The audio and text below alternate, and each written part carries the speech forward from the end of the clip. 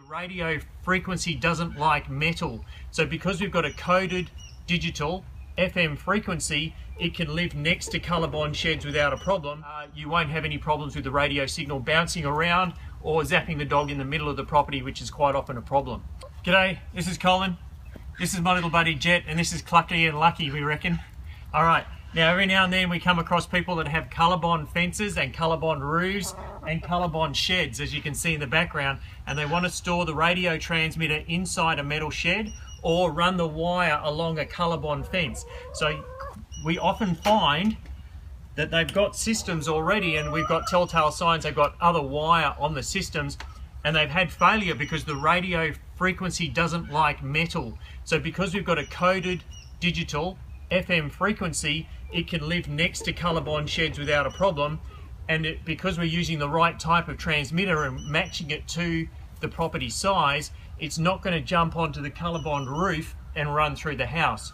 So we've been able to run our wire here along the fence and even tuck the wire so the radio signal running around the property is not going to be disturbed. We can even do something called a double loop, which is one of my favorites. If you've got a small property, we can run the wire along the bottom of the Colorbond capping, plug it in, go around the property, then go to the top and come back the other way. So with the double loop, we'll have a small radio signal down the bottom, because we can have a very, very tiny radio signal just here to stop Jet from digging. But if he gets energetic and he tries to jump, there'll be a radio signal waiting for you at the top, mate. So we haven't had to do this in this property. We're doing a complete loop because he's a digger. He digs under here and gets out, ends up down the pound. And we've got the collar ready to go. And as you can see, it's reacting quite nicely to the radio signal. Stay here. And still getting the correction. So you can see the Colorbond hasn't interfered with our system, but it's a combination. The wire is the aerial, so if you pinch into the wire with the Colorbond, the radio signal will jump into the fence and disappear. So just watch out that when you tuck it in, you can move the wire quite freely.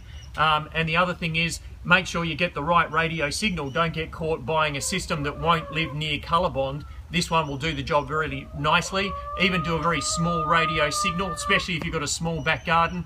You don't want something that has a minimum of like a metre and then from each side, and then the dog ends up sitting in the middle of the property, doesn't know where to go. Particularly if you're coming into a right angle bend at the Colorbond. Even cut the corner will help, but with our system you'll still get a nice little radio signal around the thing. So that's Colorbond fences, Colorbond sheds where you want to store the transmitter, Colorbond roofs, and metal gutters around the house can cause issues, but because we've got this system, you won't have any problems with the radio signal bouncing around or zapping the dog in the middle of the property, which is quite often a problem. Okay, we're about to do some training with Jet. We've gone for the premium collar so we can lower the levels nice and low when we're doing the training. And again, most of the training is going to be done by walking him around the areas that he is allowed to walk, so he's very comfortable with the whole safety area and the safe zone, and he knows that within 1.5 meters or 1 meter of the fence that he's going to get in trouble. Now we're choosing this area to train him because this is his most vulnerable escape point. When people are bringing things in and out of the gate's going to be open, and he likes to dig along the base of this Colorbond fence here and dig out. So we're going to train him gently. He has had a dog fence on before, but it didn't work with the Colorbond fence. So they've upgraded to our system, and we're just going to introduce him to that gate. Shouldn't take too long to train him at all, and this is his first response. So he's done a little bit of beeper training.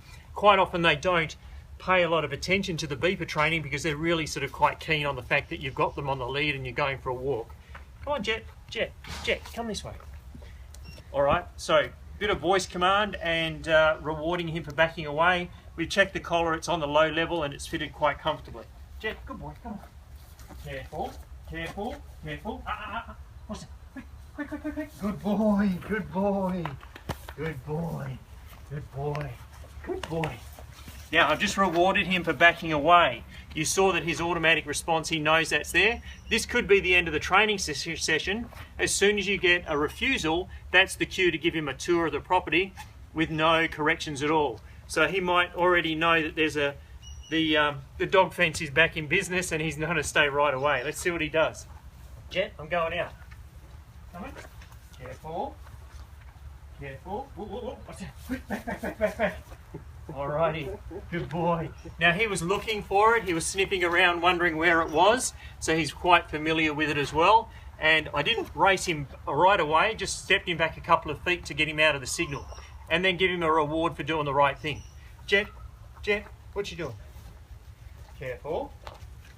Careful. Careful. Oh, good boy. Good boy. Good boy. Tail between the legs. Alright, he can't get out of there quick enough. Good boy. Jet, what are we doing? We tangled up? You staying there? Good boy. Okay, now this is a refusal. He's refusing. He's telling me he doesn't want to go through the gate with me. He wants to back away and go to mum. Now, I'm not going to pull him through. That's a definite refusal, which is good. And sometimes, as I've mentioned before, if you've seen any of my previous videos, it's quite conflicting. The message to Jet is we're going for a walk through the open gate. He wants to be a good boy and come with me, but then we need to get the collar high enough without giving him too much stress for him to refuse and say, no, I'm not going through there. Okay, our job now is to give him a tour around the property, give him a rest and do another section. We'll probably go and do the front driveway where he comes through the open front door. We'll see you later on. Thanks, bye.